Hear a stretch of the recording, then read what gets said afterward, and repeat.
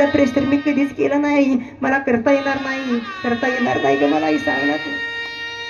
त्यावेळेस त्या म्हणाल्या की तिची आई म्हणाली, अरे माकडा तुला फक्त खाता येतं का, तुला दुसरं काय काम करता येत नाही का, तुला साडीला प्रेस करावाच लागेल, काही पण झालं तरी तुला साडीला प्रेस करावाच लागेल असं सांगितलं. मुलगा म्हणाला, आई मला खरं तुला सांगतो का आई, मला साडीला प्रेस करता येत नाही, तुला साडीला प्रेस करावाच लागेल असं सांगितलं. आणि इस्त्री दिली हातामध्ये. महाराज मुलगा रूम मध्ये गेला आणि साडीला प्रेस करण्यासाठी साडी अशी हातरली, हातामध्ये इस्त्री घ्यावी, जशी हातामध्ये इस्त्री घेतली ना तशी इस्त्री करत होता, साडीला प्रेस करत होता.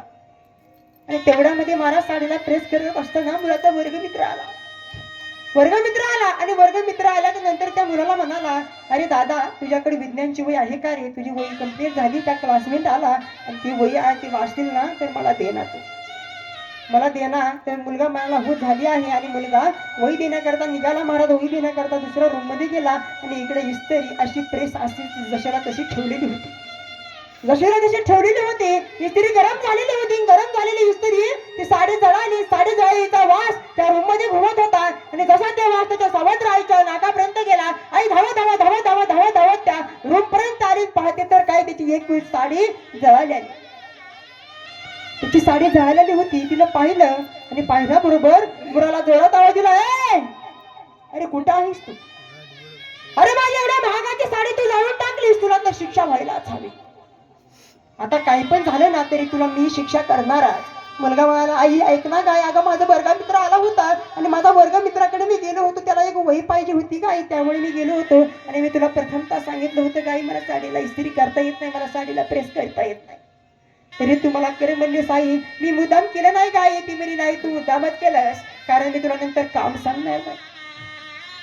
तुला वाटलं की आपण आता असं केलं तर आई आपल्याला नंतर काम सांगणार नाही. मुलगा मला नाही गा आई, मला माफ कर आई, अगं आई ऐक ना ग, मी मुद्दाम नाही केला आई, मला एवढ्या वेळेस माफ कर. आणि मला माफ कर म्हणत असताना महाराज मुलगा म्हणाला, आई मला माफ कर. आई म्हणाली, नाही तुला तर शिक्षा व्हायलाच हवी, तुला तर शिक्षा झालीच पाहिजे, कोणत्याही हालत तुला शिक्षा करायलाच हवी, तुला शिक्षा झालीच पाहिजे असं म्हणाला. मुलगा खाली वाकला. मुलगा मला, आई मला माफ कर ना गा आई, आई मला माफ कर, मी नंतर करीत नाही गाई असं, मला एवढ्या वेळेस माफ कर ना. आणि आई मुलगा माफी मागण्याकरता खाली वाकला आणि जसा मुलगा मागण्याकरता खाली वाकला ना महाराज, मुलगा खाली वाकला, ती इस्त्री लाल बुद्ध झालेली इस्त्री त्याच्या आईने हातामध्ये घेतली आणि जसा मुलगा पाया पडण्याकरता खाली वाकला, माफी मागत होता, ते इस्त्री आईने हातामध्ये घेतलेली इस्त्री लाल बुद्ध झालेली इस्त्री आणि ती इस्त्री अशा हातामध्ये घेतली, मुलाच्या त्याच छातीवरती ठेवली, मुलाच्या पाठीवरती ठेवली.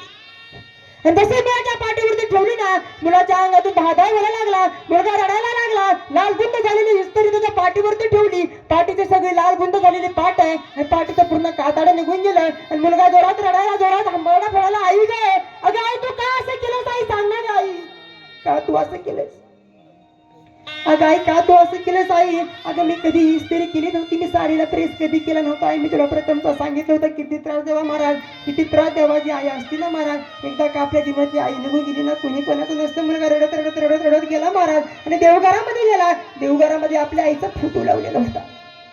ते फोटो त्या मुलाने पाहिला आणि मुलाने फोटो ते पाहिला आणि मुलाच्या डोळ्यामध्ये अश्रू आले महाराज. मुलगा रडायला लागला, मुलगा अंबाला फोडायला लागला, अगं आई ये ना ग आई तू वापस, अरे देवा, अरे पांडुरंगा, अरे विठ्ठला, अरे देवा माझ्या आईला तू वापस पाठवणार आहे देवा, अरे देवा पाठवणार तू माझ्या आईला वापस, अरे बघणार आहे देवा, या आई मला किती त्रास देते, अरे आई मी सर्व काम करतो, भांडे घासतो, धुणं धुतो, सर्व काम मीच करत असतो रे देवा, तरी सुद्धा मला आईने इस्त्री पळवली, अरे देवा बघणारे माझी पाठ कशी झाली, अगं आई तू कुठे गेली, तू जिथं आजील ना तिथं मला यायचं आहे, अगं आई तू कुठं आहेस ना तिथून तू मला नेण्याकरता ये, मला तिथं यायचं आहे. मुलगा रडायला लागला असताना मुलगा म्हणाला,